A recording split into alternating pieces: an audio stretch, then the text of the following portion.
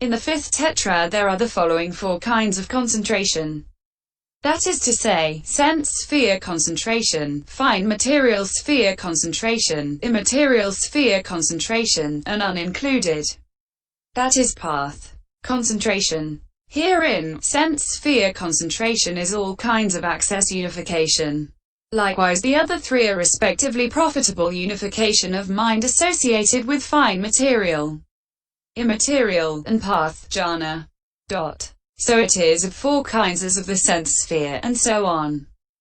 Section 24. 15. In the 6th tetrad, if a bhikkhu obtains concentration, obtains unification of mind by making zeal, desire, predominant. 89. This is called concentration due to zeal. If by making energy predominant. If by making natural purity of consciousness predominant. If by making inquiry predominant, this is called concentration due to inquiry. Viv 216-19.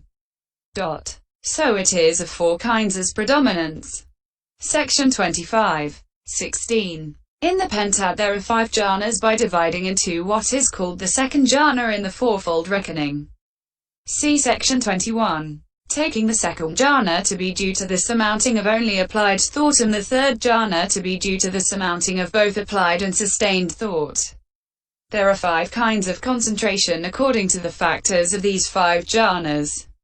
So its fivefoldness should be understood according to the 5 sets of jhana factors. Section 26. Opening parenthesis. E. What is its defilement? Opening parenthesis. F. What is its cleansing? Here the answer is given in the Vibhaga. Defilement is the state partaking of diminution, cleansing is the state partaking of distinction. Viv 343. Herein, the state partaking of diminution should be understood in this way. When a man has attained the first jhana and he is accessible to perception in attention accompanied by sense desire, then his understanding partakes of diminution. Viv 330. And the state partaking of distinction should be understood in this way. When he is accessible to perception in attention unaccompanied by applied thought, then his understanding partakes of distinction. Viv 330. Section 27. Opening parenthesis. G. How should it be developed? Opening square bracket. A. Development in brief. The method of developing the kind of concentration associated with the noble paths mentioned. Section 7. Under that, of 2 kinds as mundane and supramundane, etc., is included in the method of developing understanding. Opening parenthesis. Ch. 22. For in developing path, understanding that is developed too. So we shall say nothing separately here about how that is to be developed. Section 28. But mundane concentration should be developed by one who has taken his stand on virtue that is quite purified in the way already stated. He should sever any of the 10 impediments that he may have. He should then approach the good friend, the giver of a meditation subject, and he should apprehend from among the 40 meditation subjects one that suits his own temperament. After that he should avoid a monastery unfavorable to the development of concentration and go to live in one that is favorable. Then he should sever the lesser impediments and not overlook any of the directions for development. This is in brief. Opening square bracket. B. Development in detail. Section 29. The detail is this. Opening square bracket. The 10 impediments. Firstly, it was said above, he should sever any of the 10 impediments that he may have. Opening square bracket. 90. Now, the 10 impediments are a dwelling, family, and gain, a class and building to as fifth, and travel kin, affliction, books, and supernormal powers. 10. Herein, the dwelling itself is the impediment due to the dwelling. So too with the family and so on. Section 30. 1. Herein, a single inner room or a single hut or a whole monastery for the community is called a dwelling. This is not an impediment for everyone. It is an impediment only for anyone whose mind is exercised about the building, etc. that goes on there, or who has many belongings stored there, or whose mind is caught up by some business connected with it. For any other it is not an impediment.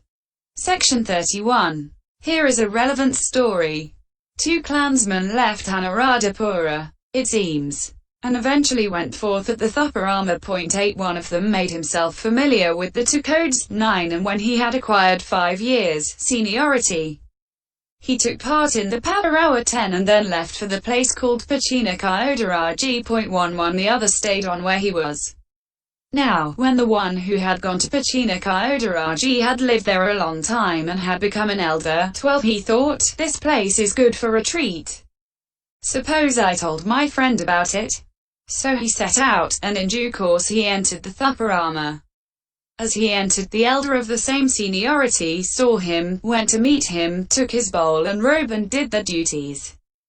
Section 32. The visiting elder went into his lodging. He thought, now my friend will be sending me ghee or molasses or a drink, for he has lived long in this city. He got nothing that night, and in the morning he thought, now he will be sending me rice gruel and solid food sent by his supporters. When he saw none, he thought, there is no one to bring it. No doubt they will give it when we go into the town.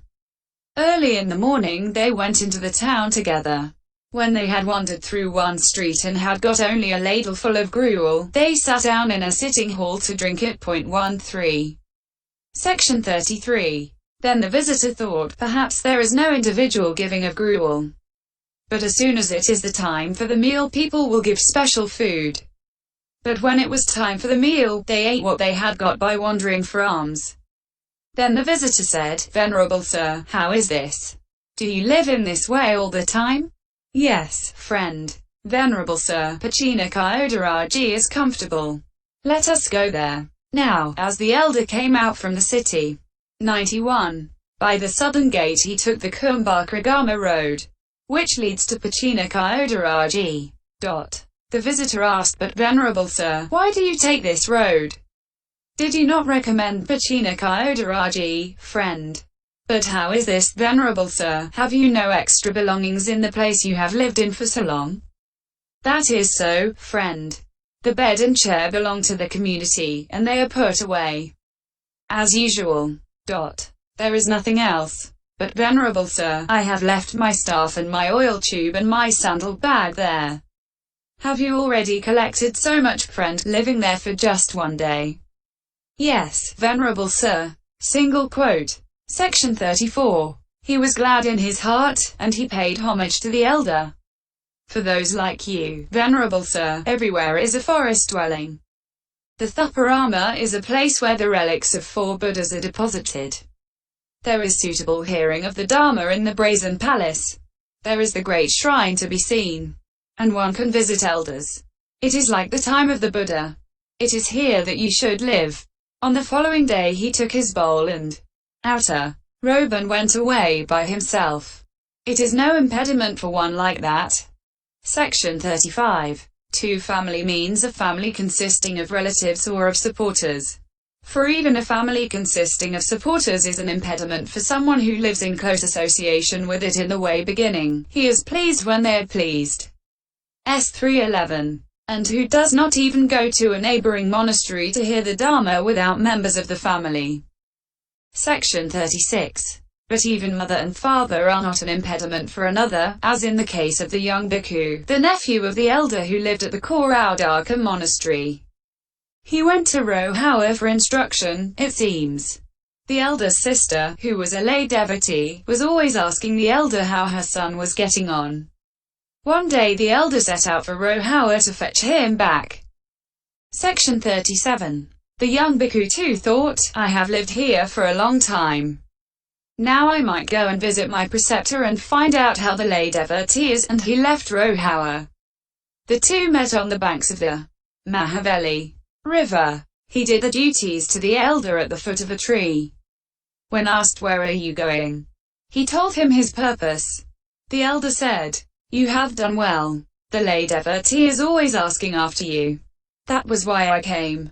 You may go, but I shall stay here for the rains, and he dismissed him. Opening square bracket. 92. He arrived at the monastery on the actual day for taking up residence for the rains. The lodging allotted to him happened to be the one for which his father had undertaken responsibility. Section 38. His father came on the following day and asked, "To whom was our lodging allotted, venerable sirs?" When he heard that it had fallen to a young visitor, he went to him.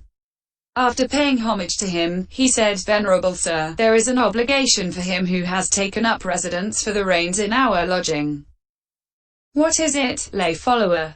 "It is to take alms-food only in our house for the 3 months, and to let us know the time of departure after the power-hour ceremony." He consented in silence. The lay devotee went home and told his wife, "There is a visiting lord who has taken up residence for the rains in our lodging. He must be carefully looked after," and she agreed. She prepared good food of various kinds for him. 14 Though the youth went to his relative's home at the time of the meal, no one recognized him. Section 39. When he had eaten alms-food there during the 3 months and had completed the residence for the rains, he announced his departure. Then his relatives said, "Let it be tomorrow, venerable sir." And on the following day, when they had fed him in their house and filled his oil tube and given him a lump of sugar and a 9-cubit length of cloth, they said, "Now you are leaving, venerable sir." He gave his blessing and set out for Rohawa. Section 40. His preceptor had completed the power-hour ceremony and was on his way back. They met at the same place as before. He did the duties to the elder at the foot of a tree. The elder asked him, "How was it, my dear? Did you see the good woman lay devotee?" He replied, "Yes, venerable sir," and he told him all that had happened. He then anointed the elder's feet with the oil, made him a drink with the sugar, and presented him with the length of cloth. He then, after paying homage to the elder, told him, "Venerable sir, only Rohawa suits me," and he departed. The elder too arrived back at his monastery, and next day he went into the village of Tuvaþaka. Section 41. The lay devotee, his sister, had always kept looking down the road thinking, "My brother is now coming with my son." When she saw him coming alone, she thought, "My son must be dead.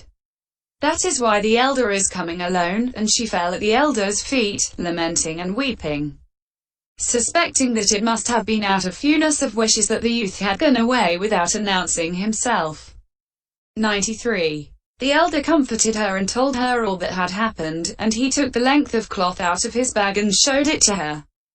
Section 42. She was appeased. She prostrated herself in the direction taken by her son, and she said, "Surely the Blessed One taught the way of the Rathavinìta, the way of the Nalaka, the way of the Tuvaþaka, and the way of the great noble ones' heritages." 15 Showing contentment with the 4 requisites and delight in development, making a bhikkhu such as my son a body witness.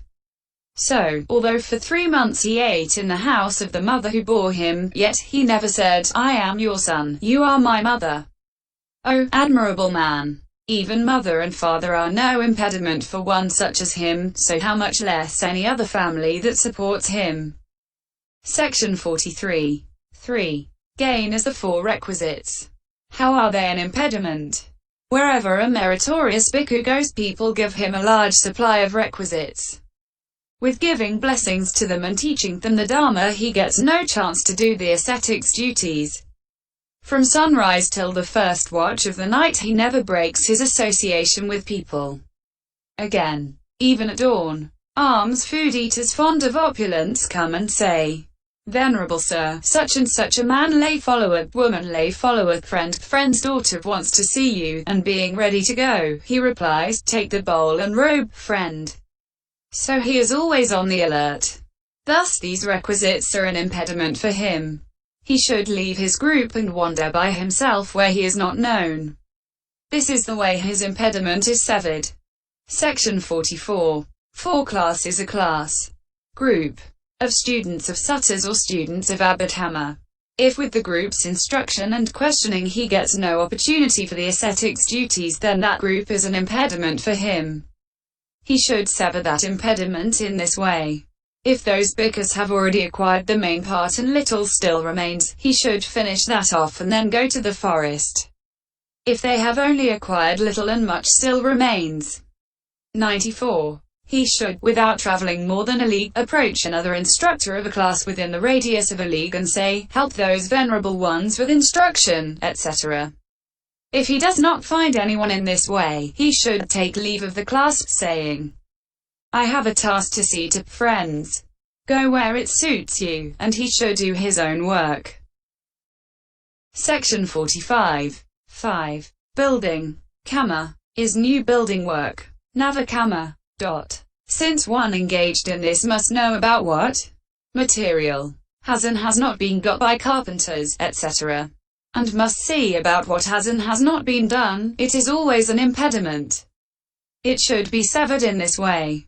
If little remains, it should be completed.